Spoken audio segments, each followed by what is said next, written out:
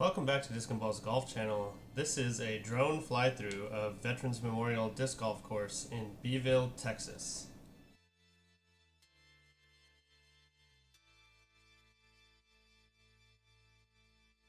One thing I will mention is that just after I completed this drone fly-through, they installed concrete tee pads, so some of the hole layouts and starting positions aren't going to be exactly the same as what you'll see at the 16th South Texas Shootout, presented by One Star later this May. But it should give you a good enough idea of the course layout. Hole 1 begins now behind this tree that you can't see on the right, but it's pretty much a two-shot hole. I'm not sure if it'll play as a par 3 or a par 4 during the shootout, but it's about 260, 270 feet to this little landing area here before the water. You're gonna try and crank one, you can bring that water into play, but generally, unless you have 500 foot power, trying to find that gap is not the optimal maneuver. Hole 2 is another longer par 3, 398 feet, and it's got two trees that can come into play.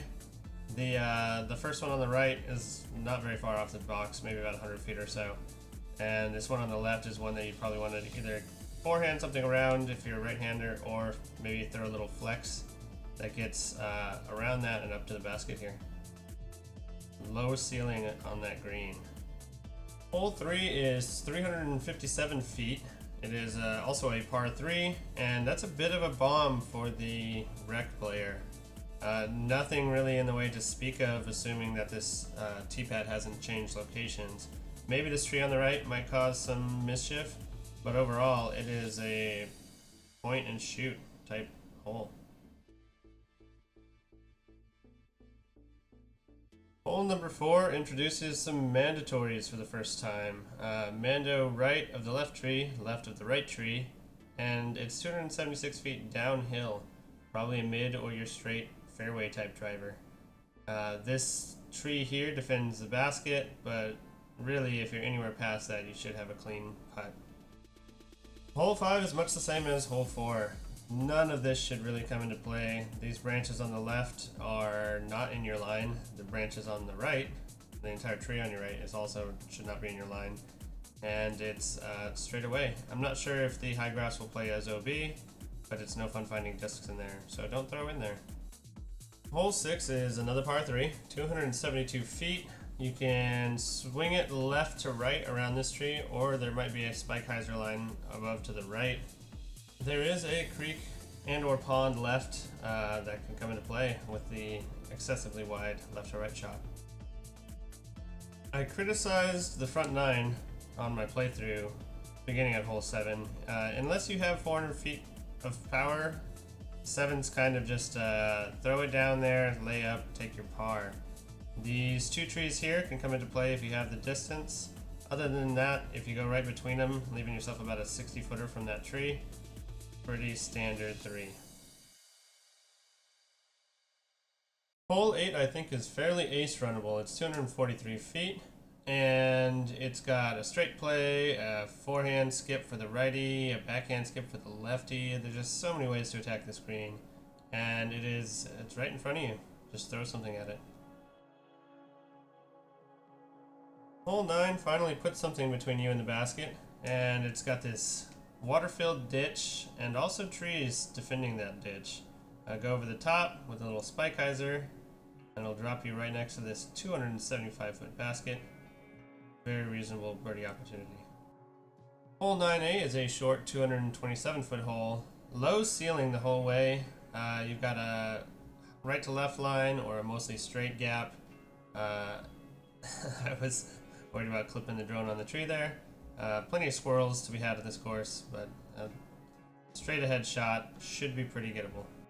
Hole 9B introduces some naughtiness to the course. It is a low ceiling with various lanes, mostly right to left, but they're all fairly large gaps. The ceiling is the real challenge on this hole. If you can push something down here about 300, you'll be left with a circle 1 edge putt, and the green is wide open, no overhanging branches.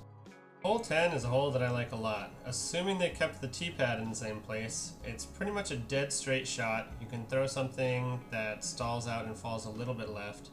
The branches on the left side here are blocking the ace run, but like I said, if you can throw something very straight and get it to stall, you can still get a chance at the basket. I love that the back nine gives you options to get to the chains. The left side is available, a straight smaller gap is available, and then a right to left skip gap. Almost all of these are going to be skip gap because of the low ceiling, but this one provides the widest route, I think. And if you can land it right about here, it should skip up right under the basket. Hole 12 presents another low ceiling shot. This one is probably always going to be a left to right little swinger that you can land short, get to flare up ideally, flare out to the right, giving yourself a circle one putt. Not a lot to this once you get out into that opening. Hole 13 plays very similarly to 12. Probably a left to right shot. Depends on whether this right tree here plays as a Mando left. But if it does, it's going to be left to right. Keep it low. Low ceiling pretty much the entire way. It does open up a little bit in front of the green, giving you slightly higher overhead, but a challenging distance for a par 3. Hole 14 is another 320-ish foot shot. There's this first tree here in the middle. You have to figure out whether you want to go left or right of that. Probably OB right by the pilings, I would imagine, for the event. For the right to left shot, once you pass that initial tree, it's pretty much home free at that point. If you don't get past the initial tree, it can present a pretty challenging upshot. Hole 15 presents a long, low ceiling shot. If you go down this center gap, the ceiling is the highest, you can kind of shoot through those trees. If you miss those, you're going to have to stay low, like lower than the drone that clipped that branch there. The green is defended by this cluster of trees. You'll probably want to go around it if you end up short. Going through is a fool's errand. Hole 16 continues the theme of low ceilings, although this time it adds an uphill shot. You'll want something slightly less stable. It is only 278 feet. These trees in front of the basket can either be a help or a hindrance, sometimes kicking you toward the basket, sometimes kicking you away or blocking your putt. Hole 17 is a long par 3, 402 feet. The total fairway length is just about cut in half by the distance of these two trees. This tree on the left has the lower hanging branches that will block your flight. Anything past that is going to give you a decent upshot if you don't have the power to make it all the way to the basket. Stuff on the left is pretty rough. I would avoid throwing over there at all costs. Hole 18 gives you a literal window to throw through. You throw it out here with something that's going to travel to the left, and there are some inside routes. The drone does not quite take the most innermost route, but anything that goes out to here will give you a straight up shot. Really, it's a very tough birdie unless you get lucky after shooting through that first window.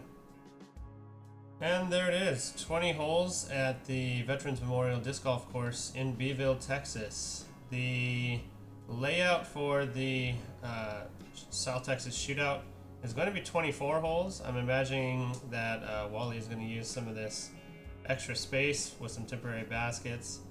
The front nine has tons of space. It has so much unused or underused area. I think I much prefer the wooded aspect of the back, but it is a beautiful property, and I think I appreciate the back nine even more after playing the more open front. The wind can be the defense in the open area. If you get 20-25 mile an hour ripping winds, it's probably going to, with nothing to stop and no trees to block it, it's going to make it challenging. As always, thank you for watching, and hopefully I see you on the course.